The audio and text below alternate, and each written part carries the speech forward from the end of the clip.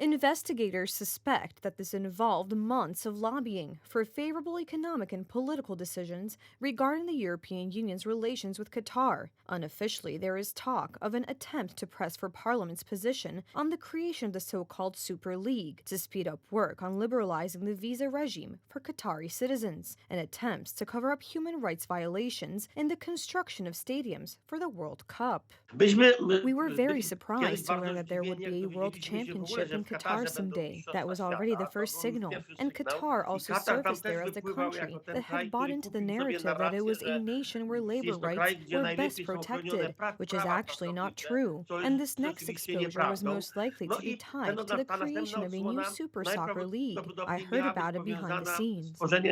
Eva Kaili's family and other politicians are also implicated. Kaili's partner Francesco Giorgi was said to have testified that money from Qatar may have been received by Belgian MEP Mark Tarabella and Italian MEP Andrea Cozzolino. In addition, charges in the case were heard by former Italian MEP Pier Antonio Panzeri and his wife and daughter, among others. The corruption scandal in Parliament is a major scandal. Those who try to lecture some countries, including Poland, about what the rule of law is really should take a closer look at themselves.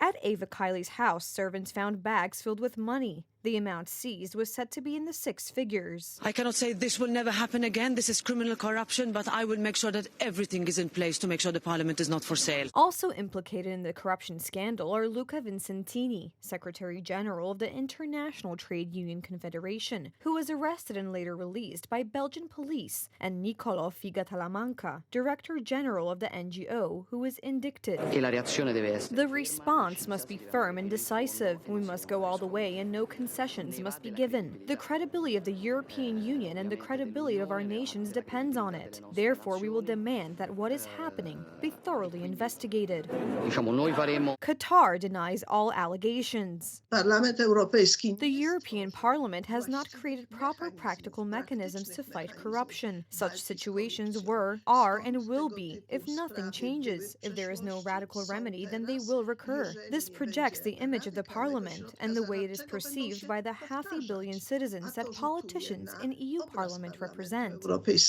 According to Polish MEPs, it is necessary to pay special attention to cases of lobbying and corruption at high levels, not only by Qatar, but also by Russia. In the 1970s, the term useful idiots was often used for those who pursued policies in favor of the Russian communists. Please do not take this personally, but as I sometimes listen to the statements of some MPs, it seems to me that there is no shortage of these useful idiots here.